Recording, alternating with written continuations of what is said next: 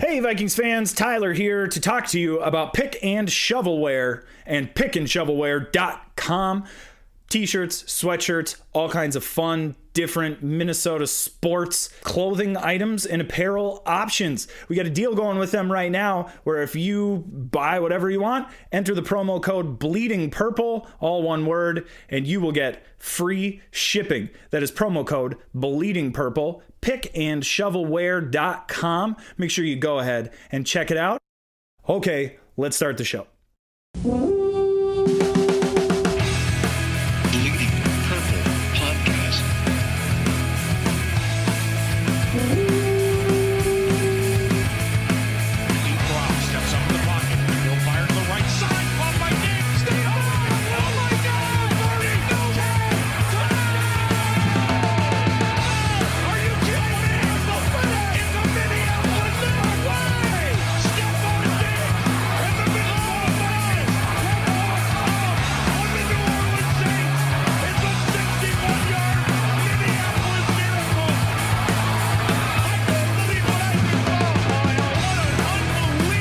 Welcome in, everybody. Welcome into Bleeding Purple, a podcast about the Minnesota Vikings. My name is Tyler Haig.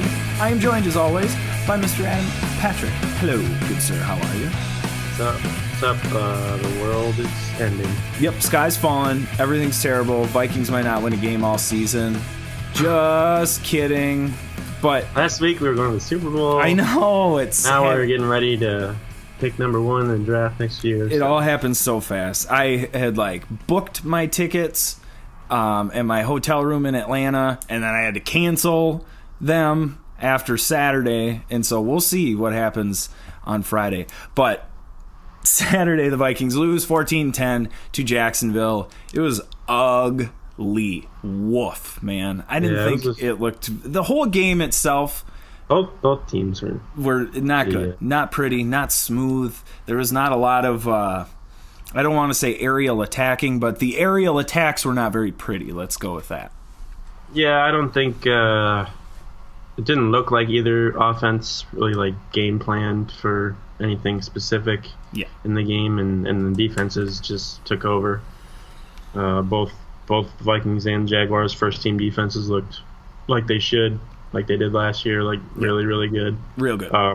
Vikings did give up a 70-yard touchdown drive with their first-team defense, but that was mostly due to two big screen passes down the field, and that's something they can figure out. And then the rest of the game was just blah and penalties and backups running around with their heads cut off, and it was ugly. Lots of Vikings players getting carted off with air casts on their leg, and so many injuries, so many penalties. There was I cannot remember a football game that had less flow to it. It was anytime something got going, somebody got hurt, or there was a penalty, or it was so hard to watch. That game should have probably been taken an hour less. Yeah. No, I watched penalties and the injuries. It was just super long. Oh, it was so bad. I watched the condensed version of it on the NFL Game Pass, and I was like, holy cow. that game took about 2 hours longer than it needed to because of that. I mean, condensed version's always tighter, but yeah, it was really bad. I want to get controversial real quick. The screen pass that you had mentioned. Yeah. Did you see my tweet about Mr. Anthony Barr on that play? He looked a little slow. Let's say hesitant. We're going to say hesitant. Yeah, I don't want to say that he's not. I got to figure out the right way to word this, because I'm not saying that he's dogging it or being lazy or that he's... It is the preseason. Yes. And I'm not blaming him if he's taking it easy and not rolling up the back of a guy to tackle him in the preseason. I get that part. This was also his first preseason game of the year. Yes, it was. He's been dealing with a tweak wherever that may be. So I was going to say yes, he has, but I don't know if that's true or not. But we'll go with it. Yeah, he's been missing portions of practice. Yes. So he's probably not 100%. And yeah, it's the preseason. I'm not going to get mad at a guy for not going all out during the preseason. I'd rather have him, save his energy, I guess, but his health for the regular season. So that's not going to frustrate me. I think what more frustrates me is like the whole team just like giving up the screen pass. Awful. Yeah. But, Well, and that's what I was going to say was if you're going to be nitpicking Anthony Barr's effort on one play, as I did there are many, many, many, many, many other things that you could look at during that game that you could point to as a reason that they lost. I think that would be like maybe number 70 on the list for like why they looked so bad. You could look at the offensive side of the ball and be like, oh, Kirk Cousins didn't look as good, but there was a bunch of drop passes, and they weren't really looking downfield. They were just, trying to. I just watched it earlier before we just started. Like, it really looked like they were just trying to get, some easy passes, make sure people don't get hurt, because, the Jaguars do have a pretty physical defense. They do. And so the Vikings were probably trying to make sure that everyone, got off the field intact. They already have enough injuries, especially on the offensive line that they're dealing with, so I didn't want to keep that going. All of that considered, do you think, where would you grade Kirk Cousins' performance? Because what was he, 3 for 8 for 12 yards? Obviously, preseason numbers aren't going to amaze you, but I noticed some I give him a B+. A B+? Yeah, because he had... I'd go that high. Yeah, that one play, the sack, that wasn't his fault. The defender just read that perfectly. He had to throw to Kyle Rudolph. Kyle Rudolph's play. It was a little off target, but Kyle Rudolph's got to catch that. He's a gigantic person with huge hands. And that looks more like a route issue. Like Kirk Cousins was expecting him to break his route off a little flatter, Yeah, it looked like he was trying to throw it away from the defender, so that Rudolph could have a better chance. And then the one throw to Thielen was a little short. That was incomplete on the sideline there. Yeah. But yeah, he's not going to complete every pass, and the Jaguars' pass defense... $38 million, he better complete every pass. Jaguars' pass defense is 38, 84.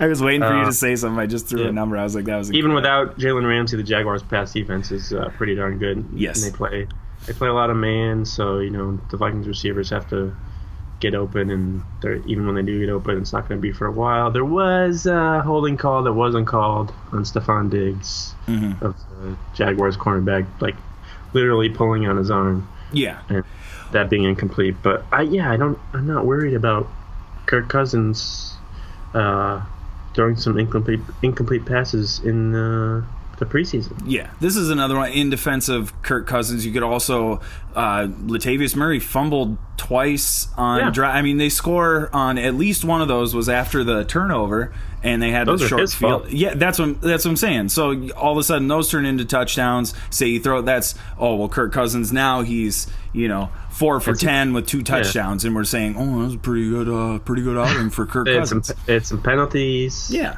so. He's dealing with, I think, one starter was starting on the offensive line. Yeah, yes, that is a fact. You got to look at the whole picture and not just be like, Kirk Cousins should, complete every pass. Because we know he's not Aaron Rodgers, so let's not try and act like he is. Yeah. I mean, I give him a B- max, but I agree with everything that you just said. I think people are making too big of a deal out of it. It's just fun for me to. I just love how people are like, don't worry about the preseason. People mess up. It's just the preseason. It was 2 weeks ago. That was 2 weeks ago, and we've already gone to the Super Bowl and to the toilet bowl in 2 weeks. It's amazing. Like the season is over.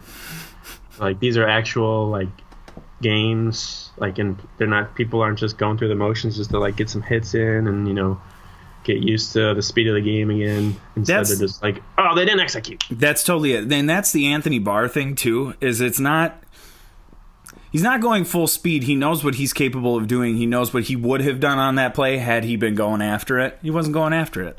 It's really not that big of a deal. It is fun to point out when professional athletes aren't trying hard, though. I enjoy that. There's something about that I find fun. But, yeah, don't freak out, man. And offensive line stuff, Was Remmers back today, or is about to be back if he is not back today? I don't know. I didn't see anything. The Elfline thing worries me, though. Yeah. Because I feel like he can maybe be out longer term because we haven't heard as much about him. But like realistically speaking, all of this stuff that we're talking about in 2 weeks from now could be non-issues. Very different. Yes, non-issues. Complete non-issues. Throw Dalvin Cook in there. You know, you got Thielen and Diggs on there every play. Gonna have some offensive line, capable people in there. What do you think the percentage, if Kirk Cousins plays 3 more drives, what do you think the chances of him scoring a touchdown or 2 and us having completely different conversations about that football game?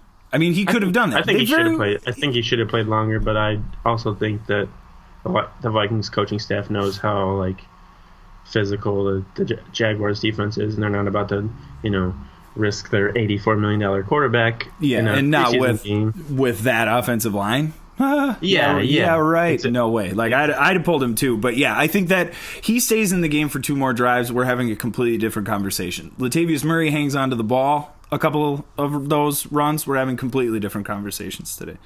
It's easy to freak out over how bad it looked, because it was a terrible game to watch. It was ugly as hell, and it was just brutal. But I don't think that means that the Vikings are going to be awful or that they're screwed, right, Adam? No, I am not. I'm not worried at all. What's there to worry about? I'm not worried. Who's Absolutely worried? nothing. You know what did kind of worry me though was Mackenzie Alexander getting hurt, because that would be a bummer, but nothing serious. MRI came back, no big deal. Yeah. No problem. Something. Yep, sprain. Like but I'm not worried about that either, because Mike Hughes has looked pretty damn good. Yeah, real good.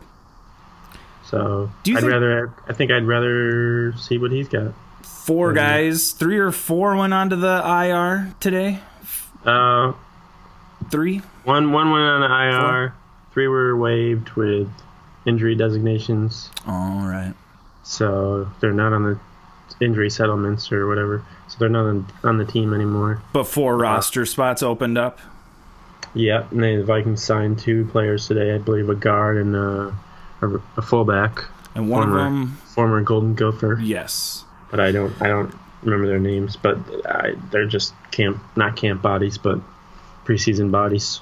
I don't envision any of them making the team. They're just trying to make sure they got enough guys to have for 4th preseason game when none of the starters play. Yep. Do you think that the Vikings are going to make a personnel move, not necessarily on offensive line or otherwise, but do you think they're going to pounce on someone that's getting cut if the correct situation presents itself? Because they still have $10 million in cap space, right? I wouldn't put it past them, especially when teams do their final cuts.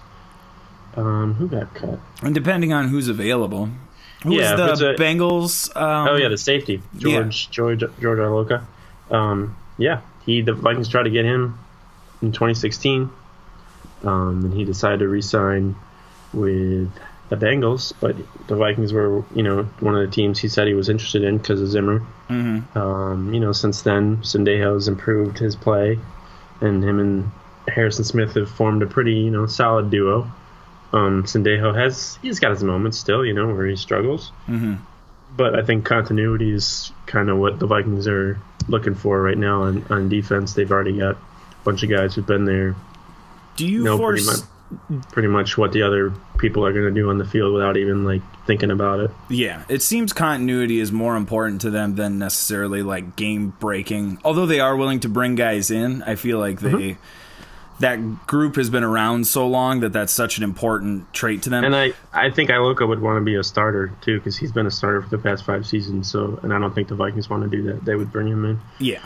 To be a backup, especially 2 weeks before the season begins, then they're not going to bring someone to be a starter unless somebody gets hurt. Yeah. Do you think Sendejo regresses this year because of these new rules and the new flags, or do you think this is a non-issue going into? Because if there's anybody that's going to be affected by it, it's the guy that wears the Make Football Violent. Harrison Smith too. Yeah. Great point. Pretty big blows. Do you think that there's going to be regression because of the way they play and because of the shift in rules?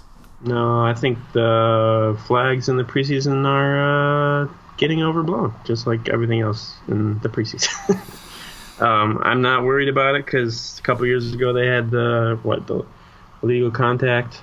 Oh God, that was it. I was trying I could not think of it today. I was like, we did this not that long ago, where everyone was panicking about a preseason rule change. First came out and they were throwing flags all over the place, like, oh, you can't even touch a receiver now, and then it was fine during the regular season. But God. I think all these flags actually help because then the referees can go in their meetings or whatever, and then the head guys can be like, hey, this is a flag.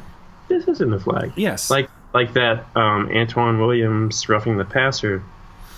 I don't really know if that would be a roughing the passer because it said he was landing with his whole body weight, but he was probably like a foot off the ground when his whole body weight went on the quarterback. So that kind of calls up in the air. Yes. And if you look at this from the NFL's perspective, and here's the thing I feel like people are failing to do right now when they freak out about the too many penalties thing.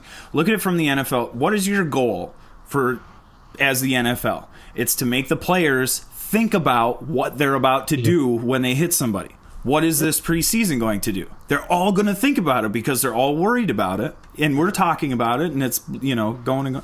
And then you allow your refs to call the game normally in the regular season, but you've already gotten to the players who are now already thinking about fines and things like that. And they'll call the obvious ones. Yeah, they would call those before this rule was in there, anyways. And I think was it C.J. Ham who got like a swing pass or whatever, and then and he put his head down, and then the Jaguars defender tackled him, but the Jaguars defender was penalized leading with his helmet. I'm like, I would say that C.J. Ham should have been flagged for that because I thought it went both ways, where like that went for offense and defense, but apparently not for offense. So yeah, I think that will be that's my line.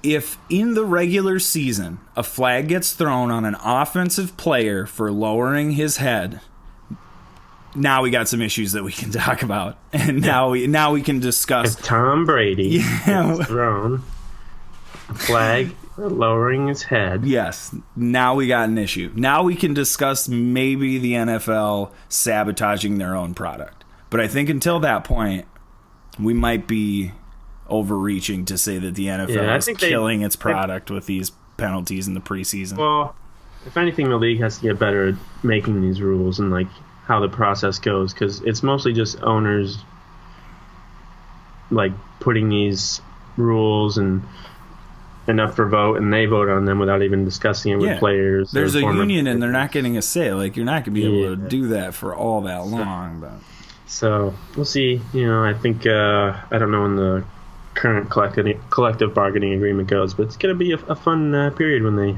sign a new one. So. And just think about how much like pent up anger there will be by the time that hits, because all the stuff that we've already gone through, and then whatever we don't even know is coming. In the new contract, Jerry Jones has to kneel during every national anthem, or we're not signing it. Jerry Jones just has to kneel always. Yep. On his knees all game. Oh, wonderful. Just great visual there. Okay. Most fun part of the show, Adam. I know you're going to love this because you definitely have been overreacting to everything. It's the preseason overreaction segment. Yay! Okay, I'll go first. Adam, all these penalties are killing the NFL. I feel like they're killing the product.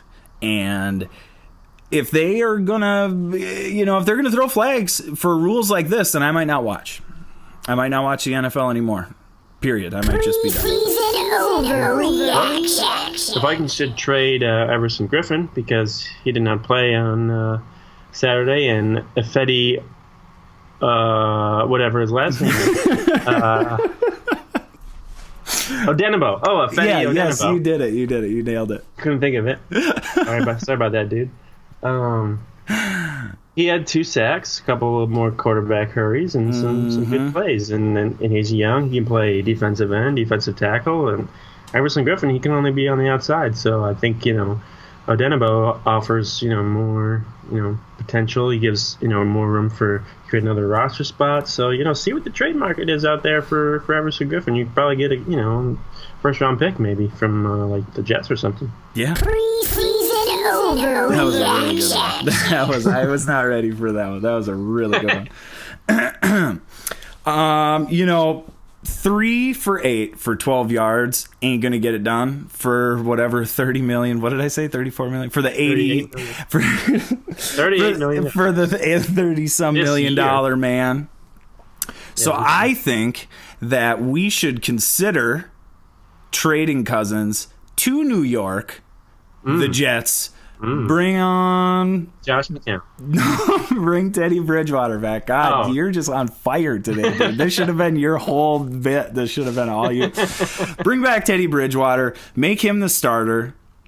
And away we ride into the sunset. Super Bowl. Get Charles Johnson too while you're at it. Yeah, that's actually a good idea. Because you probably could get a 2-for-1 and then like a 4th or 5th round pick with it too. These are all good ideas. But it's clear after 2 preseason games, 3 for 8 ain't going to get it done. 12 yards ain't going to get it done. Kirk Cousins didn't like the performance, didn't like the accuracy. Like I said, B- at best. Trade him. Preseason overreaction. Make the preseason playoffs after Saturday's loss because now they're at 500 and I think I don't know the division standings right now off the top of my head, but being at 500 is not good going into week 3. It's not. No. And when they're teams that Seattle team on Friday with Russell Wilson, he doesn't mess around. Even if he doesn't have anybody blocking for him, it's gonna just cause some havoc. And Sebastian Janikowski is a Seahawks kicker, so the Vikings pretty much they're doomed from the start. I didn't even know that. They definitely are doomed. Golly. I was going to do a kicker question, and it was going to be about how you need to get rid of Daniel Carlson, but we don't have that option anymore. Nope. Because Kai Forbath has been released as of today. I'm going to say it. I have to say it. Bye-bye, Kai. I hate it. I shouldn't have said it, but I had to say it. Kai. So he's gone now. Wait a minute. Arguably we didn't think this was going to happen. Yeah, I was going to say, arguably the most predictable personnel move. So ever. glad they waited this long.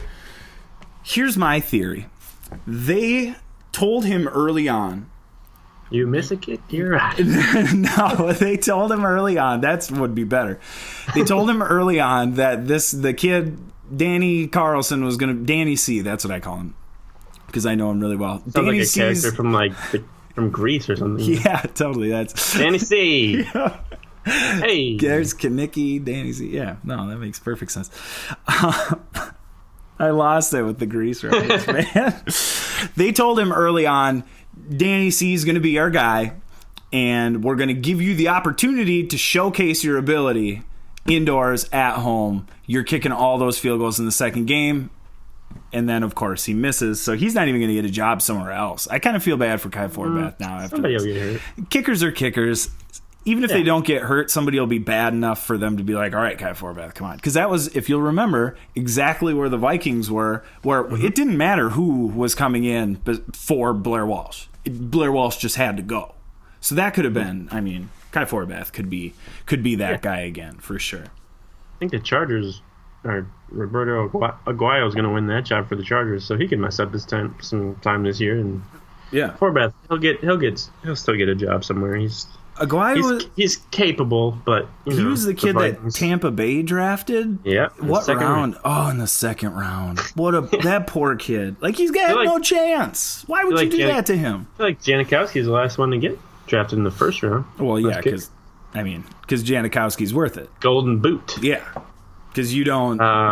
That's But yeah, we knew you Carlson don't insult was- Janikowski with a second round pick. we knew Carlson was going to be the guy, from the get go. Yes, Especially after he made that 57-yard field goal in last week. Denver.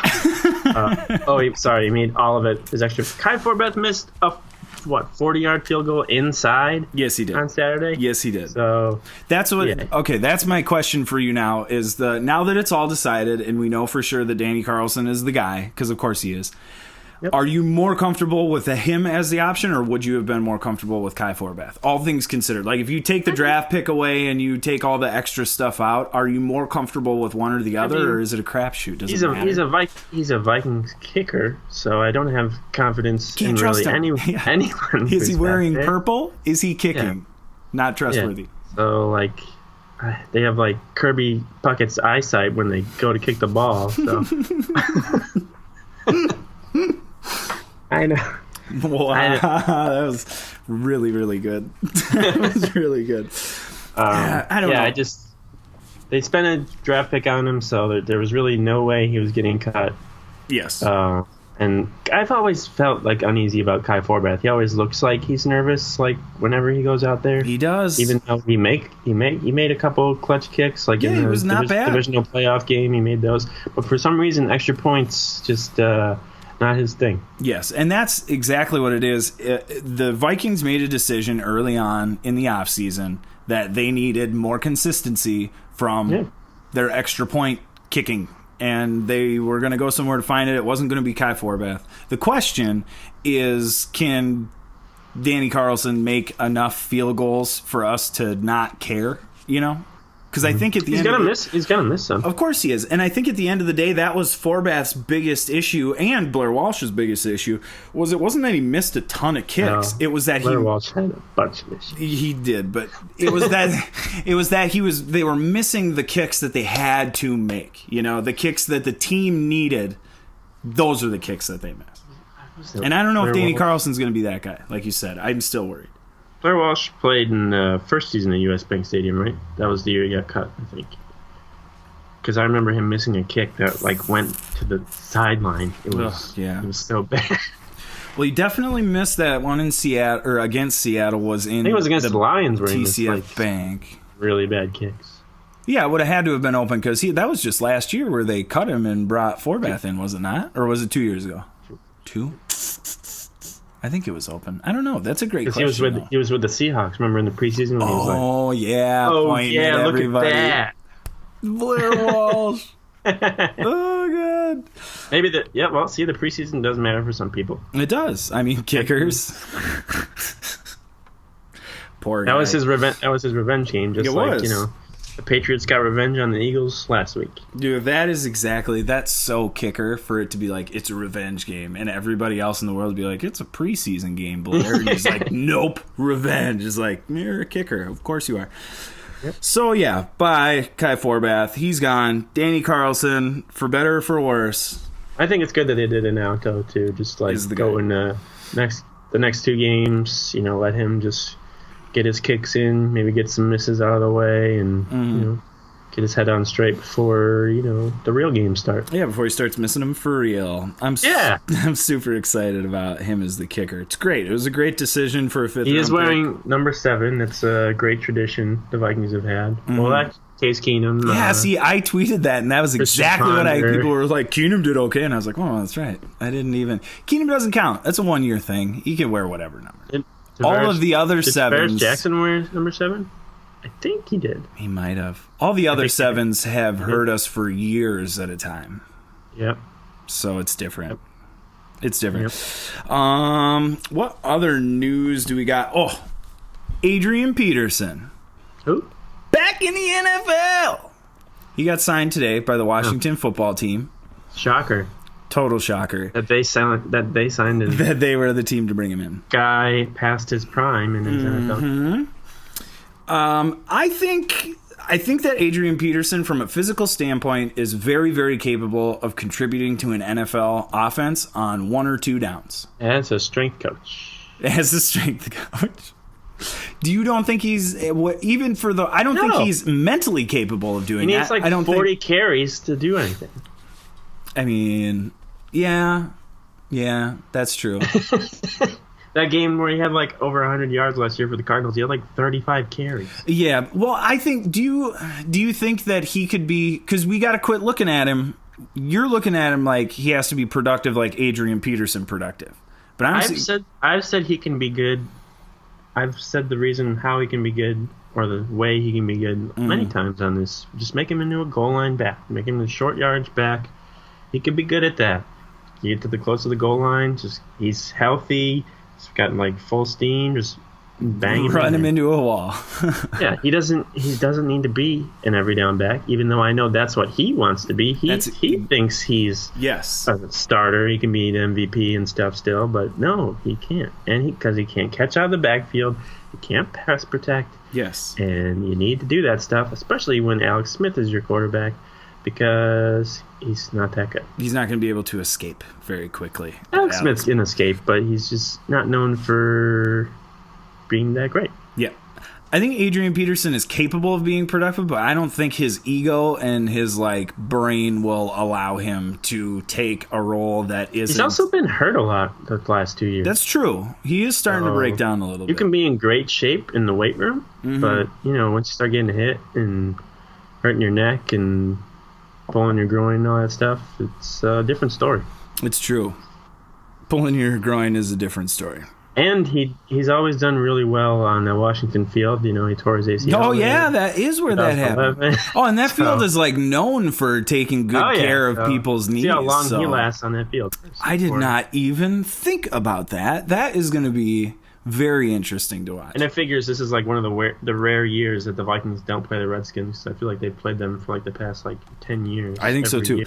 Do you over-under for a number of games Adrian Peterson is on the roster in Washington? Where do we set it? I'm going to go The active roster? Yeah, active roster. So if he gets put on IR, that doesn't count? Then that would not count, correct. Or if he is released or whatever. Because I keep thinking the New Orleans thing, because he was in New Orleans and then that blew up in a very quick hurry. How many? That was just last year, wasn't it? The Redskins don't have Mark Ingram and Alvin Kamara. It's true. And the reason he's brought in is to take the spot of the young guy. Yeah. I would give him longer than he lasted in New Orleans. So what's that, 5 games? No, was it even that long? 3 games, I thought? 5? I think you might be right with 5, yeah. Okay. I'm gonna go 8.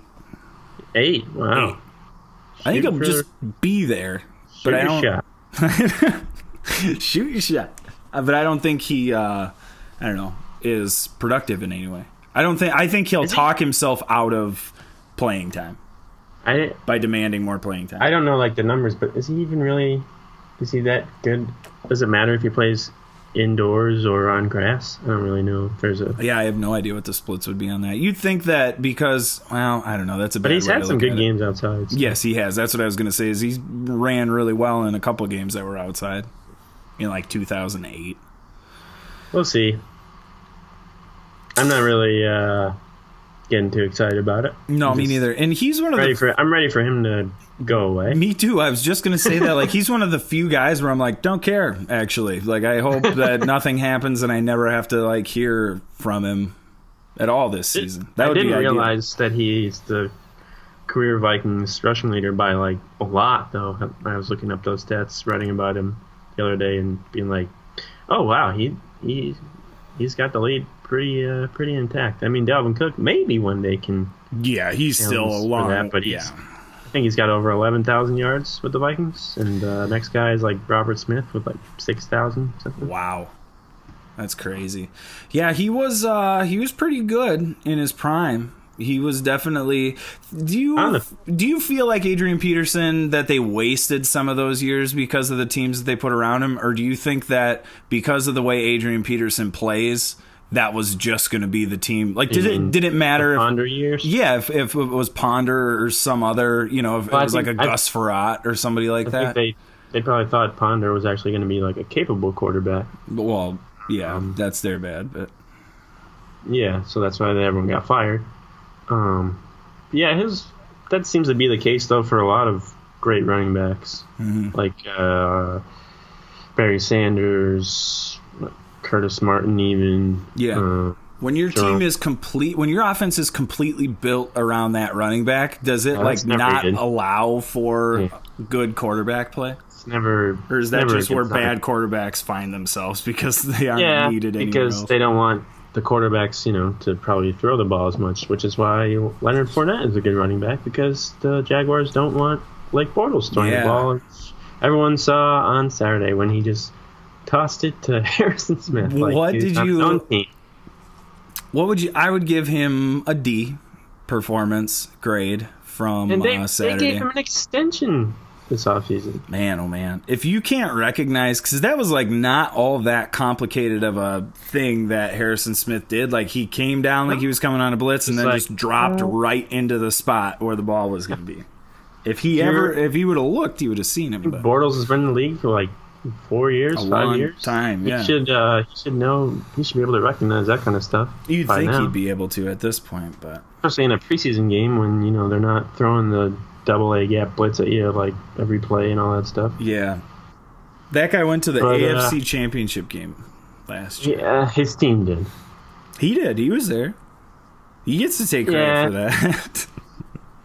And, basically so was the basically water a cheerleader. boy. Yeah, Yes. basically a on-field cheerleader. Defense was the reason they got there. But like, why is it so hard for everyone else to see that? If they traded for Teddy Bridgewater, that would be a better option than rolling out with Blake Bortles because they get a capable quarterback. They have a Super Bowl quality roster. Yeah. So I don't. Do you think understand that why his some teams- physical No. his physical presence is like? Do you think he's got? I mean, it's still pretty early to tell on Josh Allen, but do you think he's got like the wow factor where they're like he's 6'5", he's huge, did. and he can throw the ball a mile? Can he throw the ball a mile? I don't know if he can or not, but why else Never would you tried. have him on your football team if he can't? Like, Well, what do they doesn't miss see that I games. don't see? He doesn't miss okay. games. He's durable. I think we've talked about this in the past, where like he's been healthy every game, and the best availability is durability. Josh That Allen wasn't right either, though. Starting this week, and We everyone's screwed that freaking up out, 2 like, weeks in a row. everyone's freaking out about him starting this week. Like the Bills haven't started a different quarterback every game. Like they're trying to figure out who they're going to start for the regular season.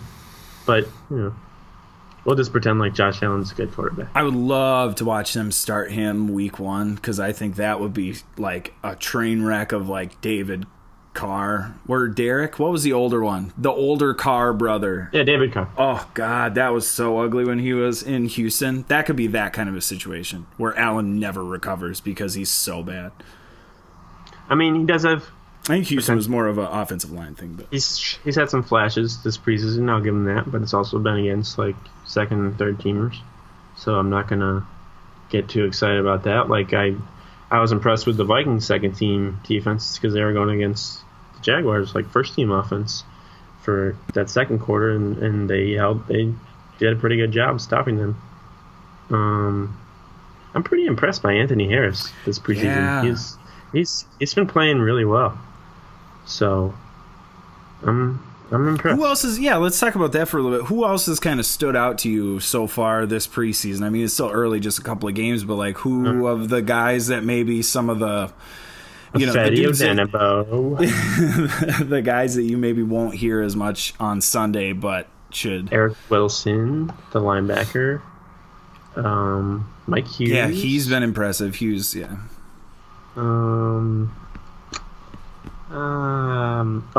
Not Don, but Chad Beebe. Mm-hmm. The little receiver. He's been doing some punt return stuff too. He seems like he's not the fastest guy in the world, but he's a good route runner and he's able to get separation really easily. Yeah. Kyle Sloter. I kind of still would feel better about him being the backup than Simeon. I feel like the Vikings can actually kind of do some stuff with Sloter on the field when I feel like Simeon's just in there going through the motions. Yeah. Because Sloter almost led them to another comeback on Saturday. Not for, I think there's like a penalty or something. Yeah. Who else? I've been really impressed with like some of the Danny Isidora. Yeah, some of the offensive linemen, like the Edison, I think is. I mean, Yeah. he's kind of regressing a little bit back to like where he maybe not should Tom be. Compton. But yeah, I don't think Compton has been all that great. I've not been impressed with Avion Collins. I think it's Aviante. It's not. I looked it up. Are you sure? There's a T in it. There, I know. No, it is Avion. That's what Zimmer says. Zimmer's wrong. I looked it up. Here's what I did. So Zimmer like never says anything wrong. I tweeted I tweeted He doesn't play about video it. games like Game of Thrones or anything, but he never plays. Feedback. That's like my favorite quote. That has to go on a shirt someday. That's like my favorite. But yeah, so long story short, I wound up he went to TCU. TCU had a media like guidebook for their team, and in the pronunciation, Aviante Collins, pronunciation. Yeah, people are trying to tell everyone. Avian. People are trying to say that Tyrod Taylor is now Tyrod Taylor, and Tyrod. even his parents are like, no, it's Tyrod, and they're like, no, it's not. They're like, Tyrod. We're his parents. Yes, it is. We named him. We were the ones that chose.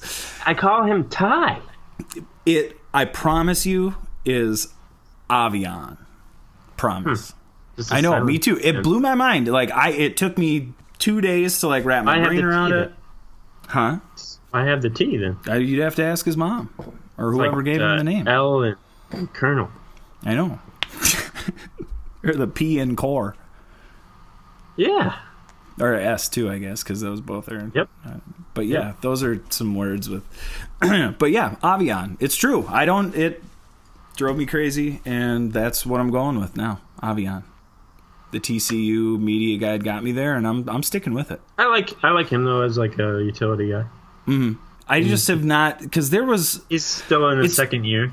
So. It's chilled way out, but the hype on him for like a week there was like everybody was writing an article about he was the guy, and this isn't that big of a deal because Avian is going to be the nasty dude. streak. Yeah, all these different things. And then I didn't watched get- him in the he didn't Jacksonville, fight. and I was like, man, I mean, good on you, bro. Get better at was blocking on- people. I think he did run a faster 40-yard dash than Kirk Cousins, which is important for offensive linemen. That's incredible. Kirk Cousins, how slow is Kirk Cousins? That's brutal. It was under 5 seconds. Oh, really? I think he ran. Okay, I guess I think he ran like a 4.82, and Kirk Cousins had like a 4.85. I just am like running a like loop of Tom Brady running his 40. yeah. Oh, that's He's like on the 7 funniest. seconds. Oh my god, it's the funniest video ever. It's like the whitest guy like like- plotting. It's basically like Rich Eisen running the 40-yard. Yeah, yes it was. Honestly, I think that might be the reason that Rich Eisen ran that 40 was because Tom I Brady think- is a Michigan guy. Yeah, I think he thought that he could beat Tom Brady. I don't know. They're both I could be making that up. Michigan I could be making that up. I don't know. But yeah, Avian, that's a real thing. What else were we gonna? I had something else that I wanted to bring up. Oh, those were They have a game preseason on. players we liked. Yeah, preseason game. Well, we were gonna talk about that. I got that written down. Not yet though. Right about the time when we were recording the show, and we were like, this is about the time of year when crazy DUIs and arrests and things like that happen. Oh, yeah. And we haven't had any of those yet. Turns out we did. We just didn't know about it. Yeah. A little hush hush. Yeah. And so, well, first of all, my question is, how do you keep something like that on the DL? Does the team have to not tell anybody? They don't report it? Does he not tell the team? No. Does the... Zimmer said they did all the proper protocol or whatever, so I'm sure they reported it to the league.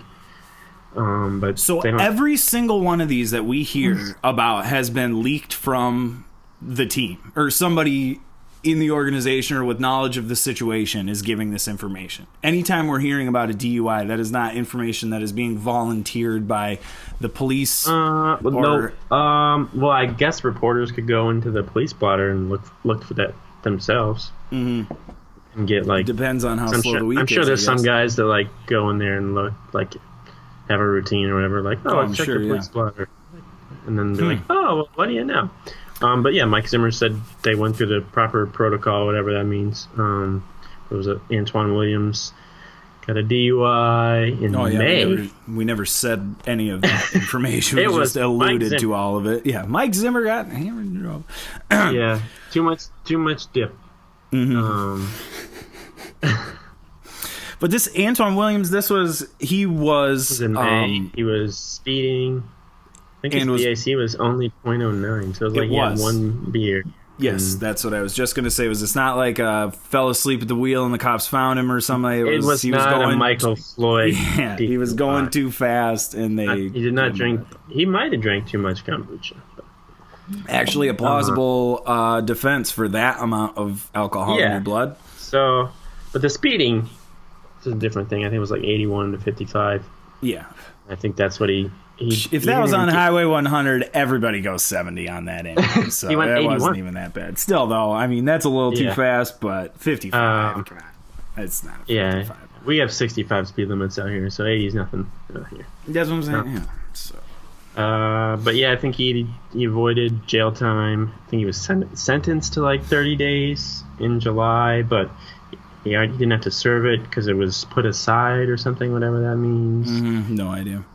But he is subject to penalty from the NFL, because anyone who is convicted or even accused of a crime is subject to penalty of the and fine NFL, and that. according to the current personal conduct policy.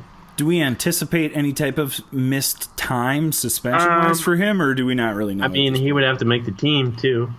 Good I'm call. not sure what their plans are for him. I think they like him. They sent him to the practice squad last year. Mm-hmm. But, after that roughing the passer penalty, I don't know what his future is. How can you give that guy a spot on the roster? Yeah, I also don't know how many linebackers they want to keep. Because they might want to keep more. They want to save some room for cornerbacks or offensive linemen, or offensive running linemen, backs, offensive linemen, or punters. I was thinking about today, like they might. Whoa, punters, dude, don't. No. Quigley's got it. All right, Quigley's my guy. Quigley's got it. Yeah, he got robbed. That's when we need to start that campaign now. I'll make that shirt. Quigley got robbed. Yeah, he did. Man. I think we should. This is a hill I'm ready to die on. I'm ready. Let's start it up.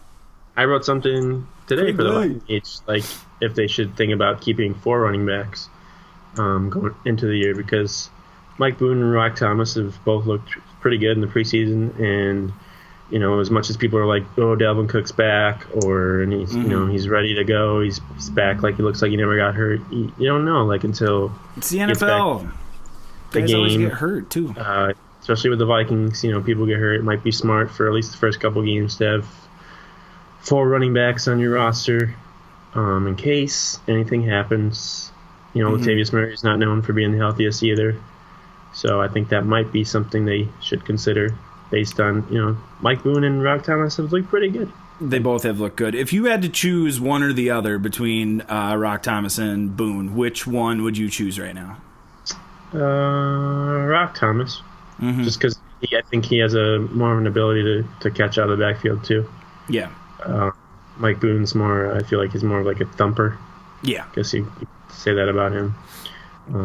I would agree with you. I think the Vikings like Boone more than Rock Thomas, but I would rather have Rock Thomas on there. Yeah, whoever they pick isn't going to get significant playing time until someone gets hurt anyway. So, but I think that's something they should consider, keeping 4 running backs. But they've got a bunch of positions to figure out, like cornerback and offensive line, where they they might need more than normal. Receiver, a couple guys. Yeah, man, there's gonna be some moves. Get on the field on Friday if they want to make the team. Mr. Brandon Zylstra. Coley is maybe in that squad too.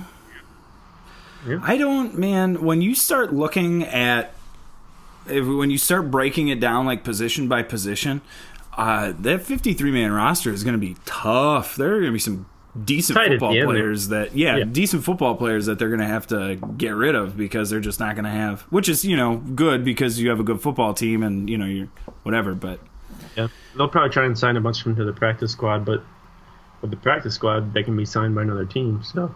And all the players they cut have to clear waivers too first, I believe, so. Yeah, it's getting down. They got 2 more games. They don't do the cut down to 75. I think usually that would go down after the second preseason game. I think you're right. Do that, maybe the third, but they don't do that anymore. So they're just doing all just the from one big fell swoop. 90 to 53, which is kind of crazy. And also leads me to believe that they maybe would get away with sneaking a couple of those guys onto the practice squad, because there's going to be a cajillion guys going through waivers at that point from everybody. So other teams are going to be like pulling their hair out and stuff like. For sure. So maybe they'll get lucky and be able to. Do you think BB is a candidate for the practice squad, or do you think he makes the 50, the final roster? I haven't seen him much on special teams. He's been a punt return, and I think Has he? he's been a gunner a couple times. Okay. I think they like him, but I just don't think they have enough. They don't have room on him. That's right now. So I think practice squad is probably. I think he has, like, they want to keep him around. yeah. So It's practice got squad. like Danny Woodhead written all over it, Yeah. where he's gonna get cut and go someplace else and be productive this season for a different team. If he ends up on the Patriots, I don't think anybody would be surprised based on a certain number of factors. What are those? Which? He wears 84, and he's Yep. from the Vikings. And he's a little bit short. Yeah. Yep. Got a little less melanin. Yeah.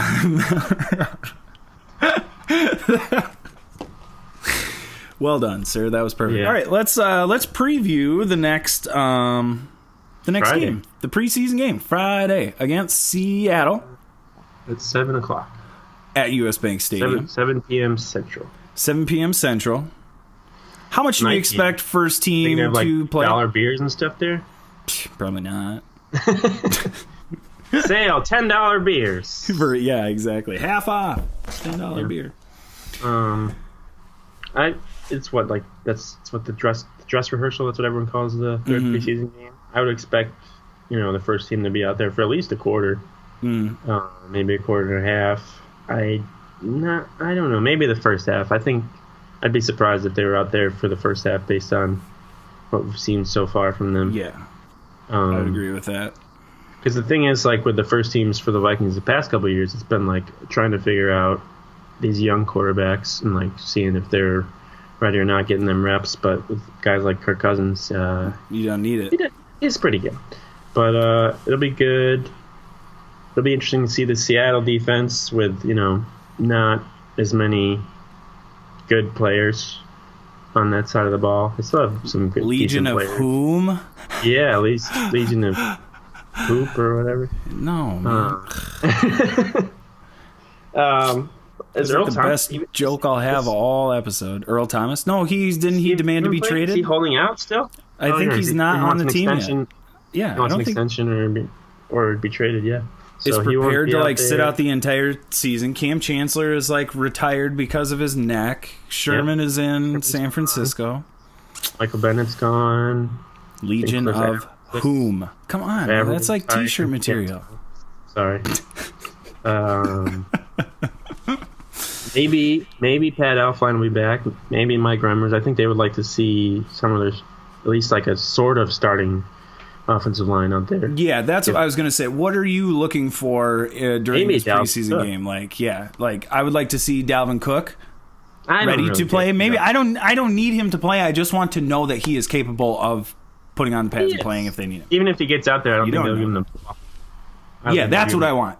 Yes, that's It'll be what I like want. an Adrian Peterson preseason game where like he's playing, but he gets 5 plays where they fake hand off the ball and Yeah. have him pass block. So That's all I'm looking for. I just want to know would that be- he's okay. I want to know that the offensive line's okay. it's going to be at home, so maybe Dalvin will get some snaps, but I don't think he'll get the ball.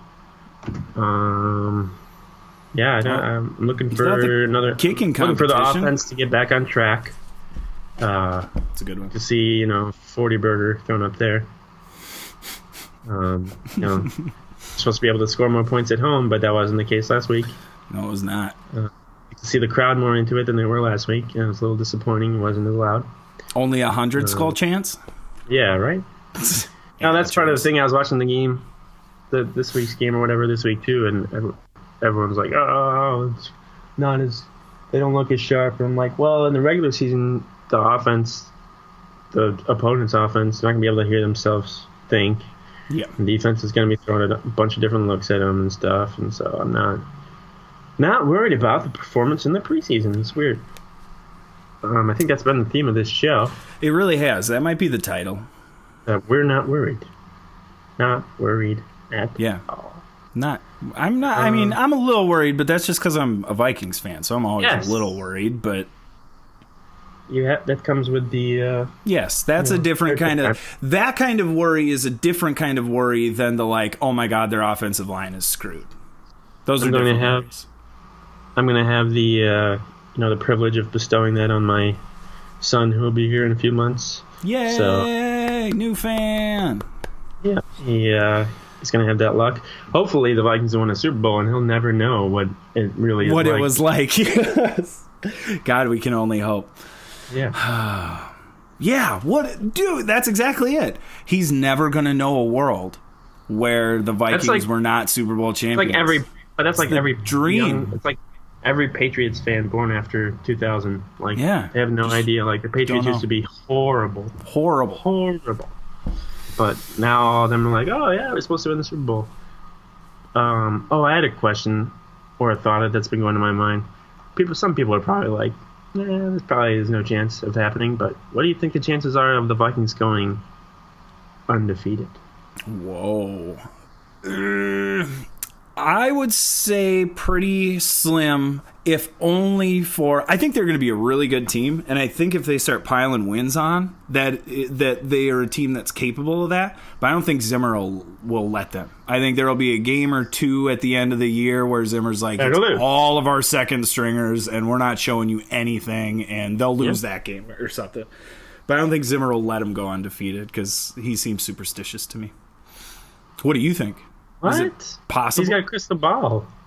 Oh yeah, good call. I think it's possible. I didn't even think about the crystal ball. I don't think there's been this much hype or excitement about a Vikings team like this year's, maybe since 2010 when they pooped the bed. Yeah, 09 for sure. I would say 99 after they made the NFC Championship. Like, people are predicting the Vikings to win the Super Bowl this year, and that only happens it's like a solar eclipse. It happens like once every 10 years. For real. I heard national NFL network talking heads say, I'm not worried about the Vikings. I still think they're the best team in the NFL. And I was like, I think Peter. God, me too. Like Peter Schrager, I think, says that. He's been saying that. So, it's exciting. Yeah, it's exciting. It is. It's also, preseason hype. Mm-hmm. Lots of. So if they lose next week, then probably no wins all season. Right? Yeah. Okay. Well, good. Start scouting for the draft. Yeah. Week 3 of the preseason. JR will enjoy that. So yeah, that's.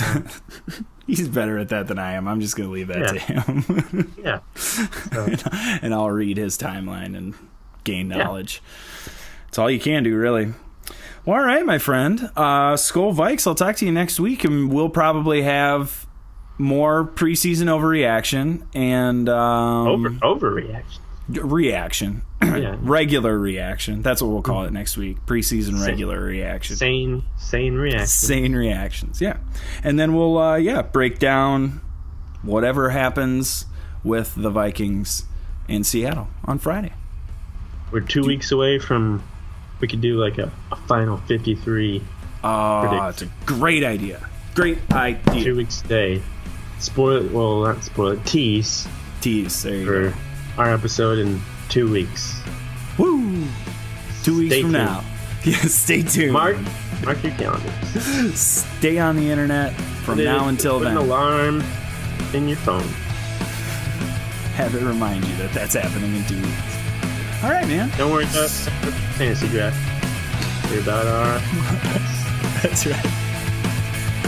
All right. See you next week. Let's go. All right. So...